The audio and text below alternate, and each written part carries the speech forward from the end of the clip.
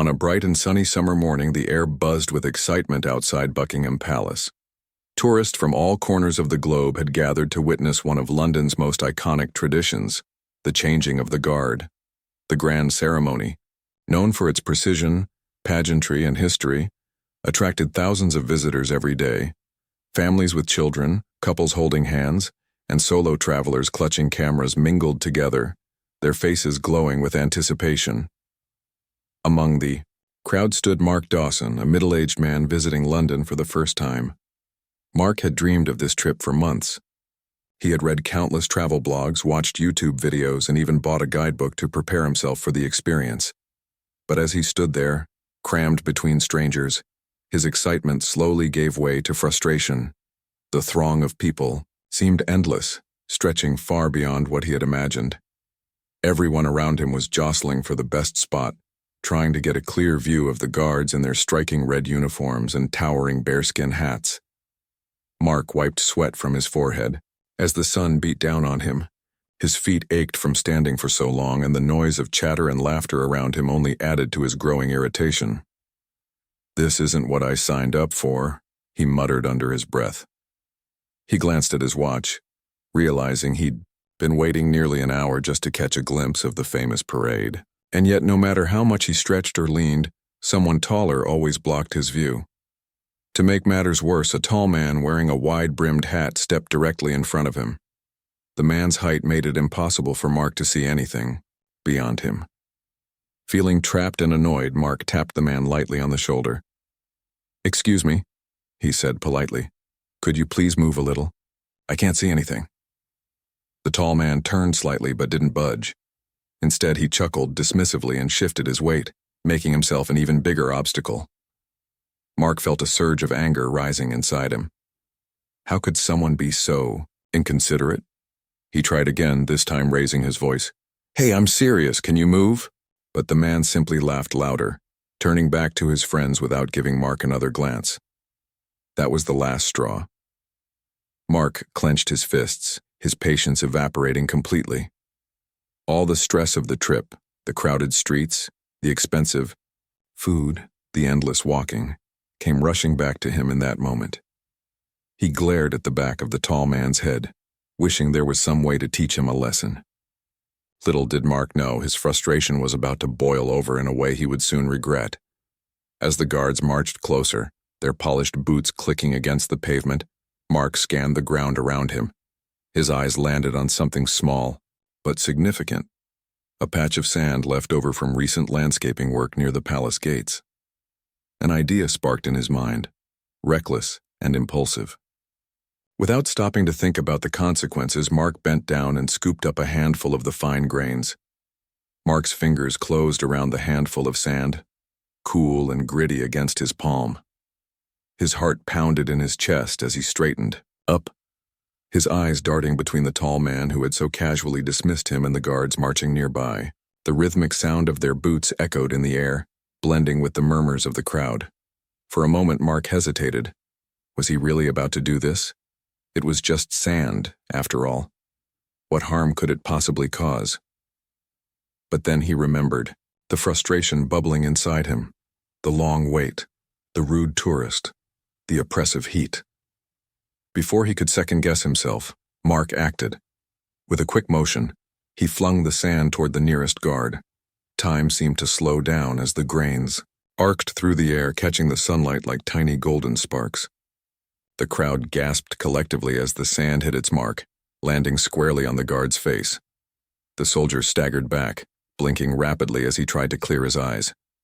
His hand instinctively rose to shield his face, disrupting the otherwise flawless precision of the ceremony. The other guards paused mid-step, their movements faltering for the first time in what felt like forever. A hush fell over the spectators. Parents covered their children's eyes, unsure of what they had just witnessed. Phones were whipped out as people began recording the scene, their screens capturing both the stunned expressions of the guards and the chaos that followed. Some tourists whispered nervously among themselves, while others openly gawked at the spectacle unfolding before them. One woman shouted, "What is wrong with you?" directly at Mark, her voice sharp with disbelief. Others joined in, pointing fingers and shaking their heads in disapproval. Mark froze, suddenly aware of the magnitude of what he had done. The sand had left his hand in a split second, but now the consequences stretched out endlessly before him. He hadn't meant to hurt anyone, or maybe he had in that fleeting moment of anger, but seeing the guard struggle to regain composure made guilt creep into his chest.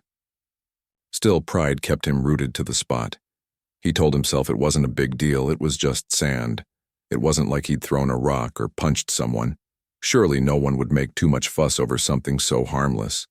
But the reaction around him suggested otherwise. Within seconds, the other guards sprang into action, forming a protective circle around their colleague. Their faces remained stoic, betraying no emotion, but their body language spoke volumes. These weren't just ceremonial figures standing idly by. They were trained soldiers ready to respond to any threat, no matter how unexpected. A whistle blew sharply, cutting through the murmurs of the crowd, and security personnel stationed nearby sprinted toward the scene. Mark's stomach churned as he realized the gravity of his actions. The tall man who had blocked his view earlier turned to look at him, his expression a mix of shock and smug satisfaction.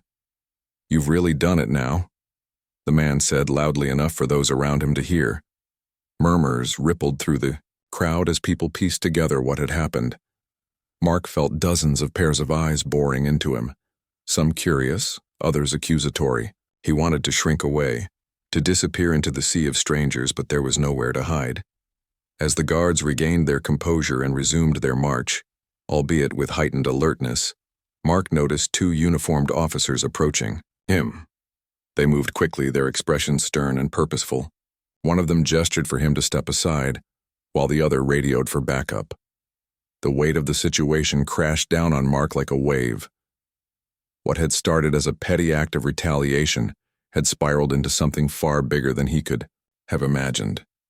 And as he was led away from the crowd, he couldn't help but wonder how a single handful of sand had managed to ruin not just his day, but potentially his entire trip. The two security officers wasted no time. One of them firmly took hold of Mark's arm, his grip firm but not aggressive, while the other scanned the area to ensure there were no further disruptions. Mark stumbled along reluctantly, his face flushed with a mix of embarrassment and lingering anger. The crowd parted as they moved through, creating a path that felt more like a gauntlet than an exit. Whispers followed him, some sympathetic, others harsh and condemning. A child tugged at her mother's sleeve, asking why the man was being taken away, and the mother shushed her quickly, glancing at Mark with a mixture of pity and disapproval. As they reached a quieter section near the palace gates, one of the officers asked Mark to stop. "Do you understand what just happened?" the taller of the two said, his tone calm but firm. Mark nodded hesitantly, though his mind raced with excuses. "It was just sand," he muttered under his breath, avoiding eye contact. But even as the words left his lips, he knew how feeble they sounded. The officer raised an eyebrow, clearly unimpressed. "Just sand? You threw it at a member of the Royal Guard during an official ceremony. Do you have any idea who these guards are?" Mark shook his head slightly, unsure of how to respond. He had always assumed the guards were part of a ceremonial show, a tourist attraction meant to entertain visitors. But as the officer began explaining, the reality sank in. These weren't just men in red coats and furry hats. They were highly trained soldiers serving in the British Army. Each guard underwent rigorous training and carried centuries of tradition on their shoulders. Attacking one of them wasn't merely disrespectful, it was seen as an affront to the institution they represented. The irony of the situation hit Mark hard. In his frustration, he had lashed out without thinking, targeting someone who symbolized order and discipline. Now he stood accused of disrupting that very order. The second officer stepped forward, holding up a phone to show Mark a video clip already circulating online. It showed the exact moment the sand struck the guard's face, captured from multiple angles by different tourists. The footage zoomed in on Mark's expression, a mix of defiance and impulsiveness as he threw the sand. Below the video, comments poured in. "Unbelievable behavior. Who does this guy think he is? Totally disrespectful." Mark felt a cold knot form in his stomach. This wasn't just a private mistake anymore, it was public humiliation. His actions had been immortalized on social media, shared and reshared across platforms worldwide. People were judging him not just for throwing sand, but for failing to respect a cultural icon. He imagined his family back home scrolling through their feeds and seeing his face plastered beneath headlines like, "Tourist assaults Royal Guard." How would they react? Would they defend him or share in the collective outrage? The officers exchanged a glance before leading Mark toward a small security office tucked discreetly behind the palace grounds. As they walked, Mark noticed the guards, resuming their march, their movements once again precise and unwavering. Despite everything, they carried on as if nothing had happened. Their professionalism only deepened Mark's shame. Here he was, a grown man losing control over something as trivial as a blocked view, while these soldiers maintained their composure despite the disruption. Inside the office, the atmosphere was stark and functional. Fluorescent lights buzzed overhead, casting sharp shadows on the plain walls. Mark was asked to sit in a stiff-backed chair while the officers reviewed the incident. They questioned him about his intentions, his travel plans, and whether he understood the seriousness of his actions. Mark fumbled through his answers, each word feeling heavier than the last. "I didn't mean to hurt anyone," he insisted, though even he could hear the weakness in his voice. One of the officers leaned forward, resting his elbows on the table. "Intent doesn't change the outcome," he said evenly. "You've caused a disturbance at one of the most historic ceremonies in the world. That comes with consequences." Mark swallowed hard, the weight of those words pressing down on him. For the first time since arriving in London, he wished he had stayed home.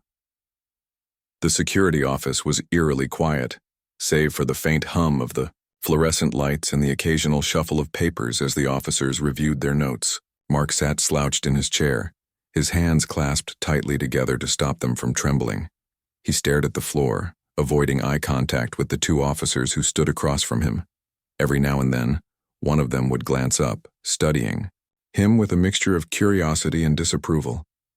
The silence between them felt heavy, almost suffocating, as if the room itself was waiting for something to happen.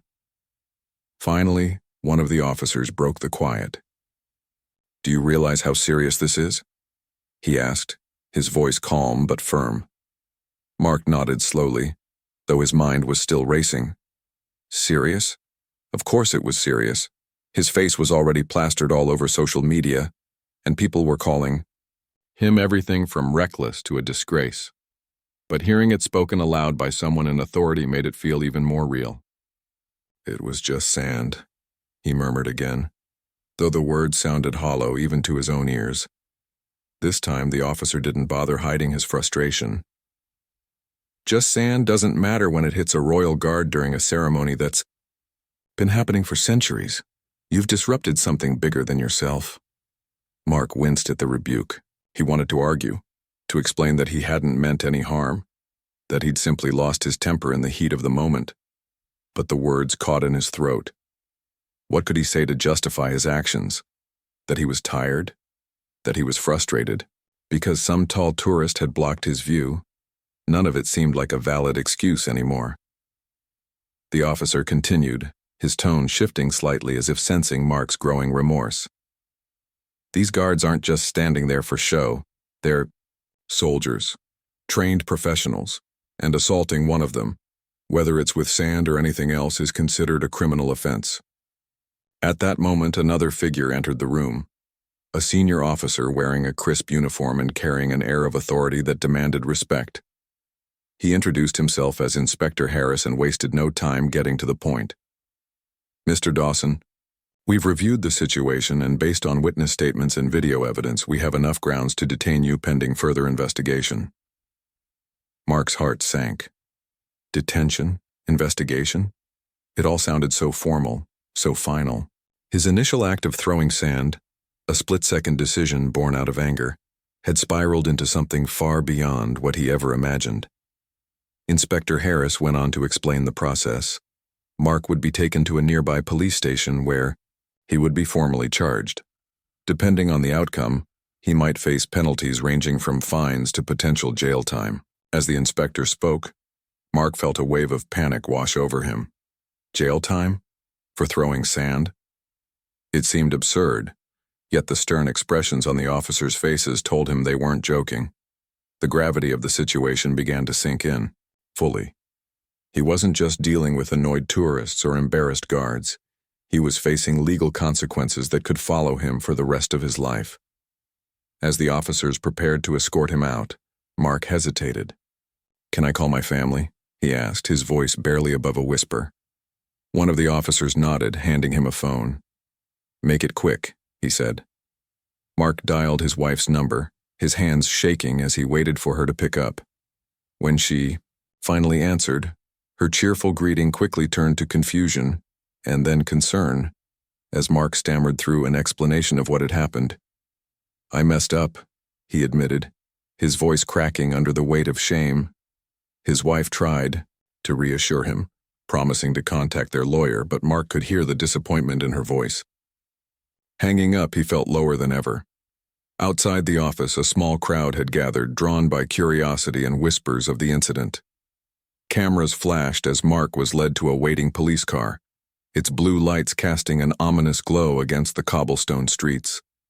People pointed and whispered, some snapping photos, others shaking their heads in disbelief. Mark kept his gaze fixed downward, unable to meet their eyes. In that moment, he realized he wasn't just paying for his actions. He was paying for losing control. And as the car door closed behind him, sealing him off from the world, he couldn't help but wonder how he had let things go so wrong, so fast. The ride to the police station felt like an eternity. Mark sat in the back seat of the police car, his hands clasped tightly together as he stared out the window at the blur of London's streets. The city that had once seemed so vibrant and exciting now felt cold and unforgiving. Every honk of a car horn, every flash of neon lights seemed to mock him, reminding him of how far he had fallen in such a short time. His mind replayed the events of the day over and over again. The crowded square, the tall tourists blocking his view, the guards marching in perfect unison, and finally, the moment he threw the sand. It all felt surreal, like a scene from someone else's life. When they arrived at the station, Mark was led inside through a side entrance to avoid drawing more attention. The officers guided him to a small holding area, where he was asked to wait while they processed his case. The room was bare except for a metal bench bolted to the wall and a security camera mounted high in the corner. Mark slumped onto the bench, his shoulders hunched as if trying to make himself smaller. He couldn't shake the image of the guard, wiping sand from his face, or the disapproving stares of the crowd. Each memory stung worse than the last. As he sat there, his thoughts turned inward.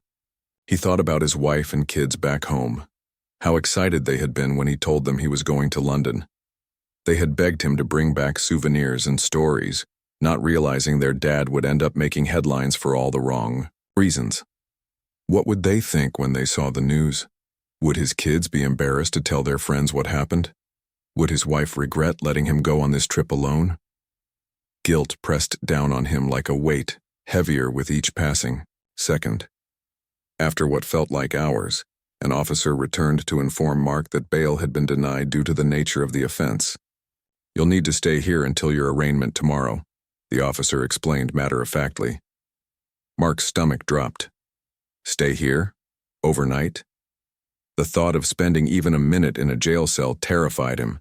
He tried to protest, insisting that he hadn't meant any harm and promising to cooperate fully, but the officer remained unmoved. Rules were rules, and Mark's actions had crossed a line that couldn't simply be erased with apologies. Eventually, he was escorted to a holding cell. The door clanged shut behind him, echoing ominously in the confined space. The cell was dimly lit, with graffiti scrawled across the walls and a thin mattress lying on the floor. Mark hesitated before sitting down, unsure of whether he should touch anything. He leaned against the wall, his knees pulled up to his chest, and let out a long, shaky breath. This wasn't how his trip was supposed to end. He had dreamed of exploring historic landmarks, sampling English cuisine, and taking endless photos to share with his family. Instead, he was stuck in a cold, sterile cell, reflecting on one of the worst decisions of his life. As the hours dragged, Mark found himself replaying the incident in his mind, dissecting every detail. He thought about the tall tourist who had laughed at him, the frustration that had clouded his judgment, and the split-second decision to throw the sand. If only he could turn back time. If only he had walked away instead of lashing out. But regrets wouldn't change anything now. All he could do was sit there, surrounded by gray walls, and wonder how he had let his emotions get the better of him. By the time the night wore on, exhaustion began to take its toll. Mark's eyelids grew heavy, and his body ached from the hard surface beneath him. As he drifted off into a restless sleep, one thought lingered in his mind. Tomorrow would be a new day, but it wouldn't erase the mistakes of today.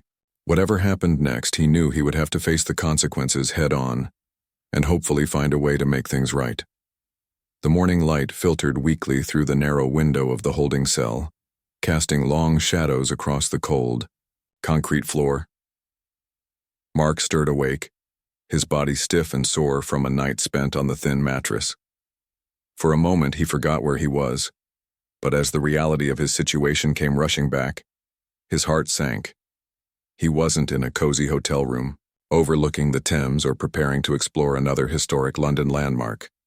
He was locked in a cell, waiting for his arraignment, a term that now felt like a looming storm cloud over his head. A guard appeared shortly after sunrise, unlocking the door with a loud clank. "Time to go," he said curtly, gesturing for Mark to follow. Mark stood up slowly, brushing off his rumpled clothes as if trying to regain some semblance of dignity. But no amount of smoothing could erase the fact that he looked disheveled, tired, and defeated. As he shuffled down the hallway, flanked by two officers, he couldn't help but notice the curious glances from other detainees. Whispers of, "That's him," the guy who threw sand at the guard, followed him, making his cheeks burn with shame. The courtroom was small and stark, its wooden benches filled with people waiting for their cases to be called. Mark sat nervously in the defendant's chair, his hands gripping the edge of the table in front of him. A lawyer assigned to represent him leaned over and whispered a few words of reassurance, but Mark barely heard them. His mind was elsewhere, replaying every detail of the incident and wondering how much trouble he was truly in. When the judge entered the room, everyone rose to their feet, and Mark felt a lump form in his throat. This was it, the moment when his fate would begin to take shape. The charges were read aloud: assault and disorderly conduct. The prosecutor emphasized the seriousness of the offense, pointing out that attacking a royal guard was not only disrespectful, but also legally punishable under British law. "These guards are symbols of tradition and national pride," the prosecutor argued. "An attack on one of them is an attack on the institution they represent." Mark listened intently, each word hitting him like a hammer. He had never thought about it that way before, how his impulsive act could ripple outward, affecting something far greater than himself. When it was his turn to speak, Mark's voice trembled as he addressed the court. "Your Honor, I deeply regret what I did," he began, his eyes fixed on the judge. "I didn't mean to hurt anyone or cause any harm. I let my frustration get the better of me, and I made a terrible mistake. I'm truly sorry." The sincerity in his tone was evident, but apologies weren't enough to undo what had happened. After a brief deliberation, the judge announced the sentence: community service, a substantial fine, and mandatory anger management counseling. Mark exhaled sharply, both relieved and humbled. It could have been worse, he knew that, but the weight of the consequences still pressed heavily on him. As he left the courtroom, reporters swarmed around him, shoving microphones in his face and firing questions rapidly. "Do you think your actions were justified? How do you plan to make amends? What do you say to those who call you a disgrace?" Mark kept his head down, refusing to answer, as the officers escorted him past the chaos. Once outside, he took a deep breath of fresh air, feeling a mix of emotions: relief, guilt, and determination. He realized this experience wasn't just a punishment, it was a lesson. A harsh, unforgettable lesson about self-control, respect, and accountability. Back at the station, Mark was handed his belongings and informed that he was free to leave. As he stepped onto the street, blinking against the sunlight, he noticed strangers staring at him, some shaking their heads, others whispering behind cupped hands. The city seemed different now, less welcoming, more judgmental. But Mark knew the change wasn't in London, it was in him. He resolved to use this second chance wisely, vowing to learn from his mistakes and prove to himself and to the world that he could be better. Mark walked slowly through the streets of London, his mind heavy with thoughts of what lay ahead. The city buzzed around him as if nothing had changed. Tourists snapping photos, street performers entertaining crowds, and buses rumbling along, their routes. But everything felt different to him now. Each step weighed more than the last, not because of physical exhaustion, but because of the emotional toll of the past 24 hours. He knew he couldn't undo what he had done, but he also realized this was his chance to start making things right. His first stop was a quiet cafe tucked away in a narrow alley. Mark needed coffee, not just for the caffeine, but for the comfort it might bring. As he sat at a corner table stirring sugar into his cup absent-mindedly, he pulled out a small notebook he always carried with him. Writing had always been his way of processing emotions, and today, it felt like the only thing that could help him untangle the mess inside his head. On the blank page, he scribbled 3 words: apologize, learn, change. The first item on his list was the hardest. How do you apologize for something so public and embarrassing? Mark decided to write a letter, not just any letter, but one addressed directly to the Royal Guards. Sitting there in the cafe, surrounded by the hum of conversation and the clinking of cups, he began drafting his apology. "Dear members of the Royal Guard," he wrote, "I am deeply sorry for my actions yesterday. What I did was disrespectful, thoughtless, and completely unacceptable. I allowed my frustration to cloud my judgment, and in doing so, I disrespected not only you but also the traditions you uphold. Please know that I take full responsibility for my behavior, and am committed to learning from this experience." Once the letter was finished, Mark folded it carefully and placed it in an envelope. He didn't know if they would read it or even care, but sending it felt like the right thing to do. Afterward, he visited a local post office asking the clerk how to send mail to Buckingham Palace. The clerk raised an eyebrow but helped him address the envelope properly. As Mark dropped the letter into the mailbox, he felt a small flicker of hope, a tiny step toward redemption. Next, Mark turned his attention to another part of his resolution: giving back. Though his community service wouldn't officially begin until next week, he wanted to start sooner. He found a nearby charity that supported veterans, inspired by the reminder that the guards were not just ceremonial figures, but trained soldiers who dedicated their lives to service. At the charity's office, he donated a portion of the money he had set aside for souvenirs, explaining briefly why he felt compelled to contribute. The staff thanked him warmly, unaware of the circumstances behind his generosity. For the first time since the incident, Mark felt a glimmer of peace. As the day wore on, Mark revisited the places he had planned to see before everything went wrong. He strolled through Hyde Park, stood near Tower Bridge, and even peeked into a few museums. But instead of rushing through these landmarks or focusing solely on taking pictures, he took his time, soaking in the history and beauty around him. It struck him how much he had missed during his initial visit.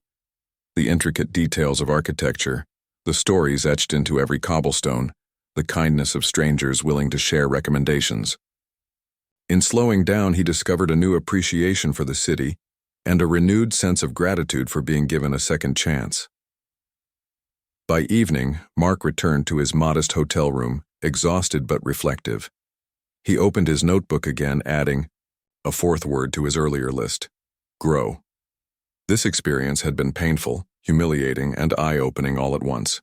But it had also taught him something valuable about himself: that anger, when unchecked, can lead to regrettable decisions, but humility and effort can pave the way for growth. As he climbed into bed, he made a silent promise to carry these lessons home with him, vowing never to let frustration dictate his actions again.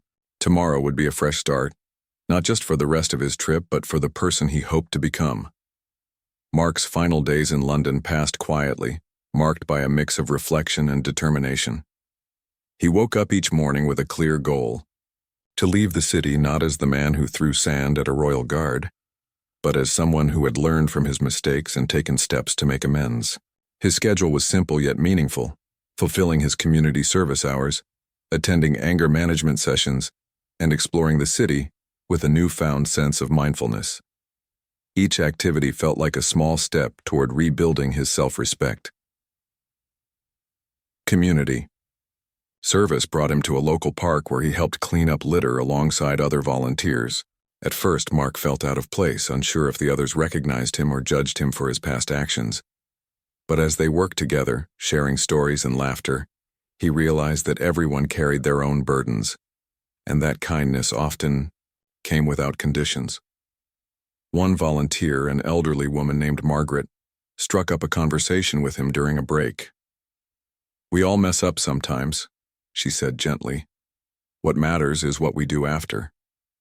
Her words stayed with him long after the day ended, reinforcing his resolve to keep moving forward. The anger management sessions proved challenging but insightful. Led by a patient counselor named David, the group discussions encouraged participants to confront the root causes of their frustrations. For Mark, it wasn't just about the crowded square or the tall tourist. It was about years of bottled-up stress and impatience that had finally erupted in the worst possible way. Through guided exercises and open conversations, he began to understand how to channel his emotions more constructively. By the end of the program, he felt lighter, as though he'd shed a weight he hadn't even realized he'd been carrying. As his trip drew to a close, Mark decided to revisit Buckingham Palace one last time, not as a tourist seeking spectacle, but as someone wanting to pay respect. Standing at a distance, he watched the changing of the guard ceremony unfold with its usual precision and grace. This time, he didn't push through the crowd or grow irritated when his view was partially blocked. Instead, he observed quietly, marveling at the discipline and dedication of the soldiers. He noticed details he had overlooked before: the intricate embroidery on their uniforms, the rhythmic clinking of their boots, the unwavering focus in their eyes. It was a poignant reminder of why his actions had been so inappropriate, and why earning forgiveness required more than just words. On his flight home, Mark sat by the window, staring out at the clouds as they drifted past. His notebook lay open, on his lap, filled with reflections, reminders, and promises to himself. He jotted down one final thought. Growth isn't about never making mistakes. It's about learning from them and becoming better because of them. Closing the book, he leaned back in his seat, feeling a quiet sense of accomplishment. He knew the road ahead wouldn't be easy. There would still be moments of frustration, doubt, and temptation. But he also knew he had the tools and the mindset to handle them differently. When he arrived home, his family greeted him with hugs and questions. His wife listened intently as he recounted everything that had happened, her expression shifting between concern and pride. "I'm sorry. I let you down," he told her sincerely. She shook her head, smiling softly. "You didn't let me down. You showed me you're human, and that you're trying. That's what matters." Her words meant more to him than she could have known. In the weeks that followed, Mark kept his promise. He continued practicing the techniques he had learned in anger management, shared his story with friends and colleagues as a cautionary tale, and remained committed to giving back to his community. Though the incident at Buckingham Palace would always be part of his history, it no longer defined him.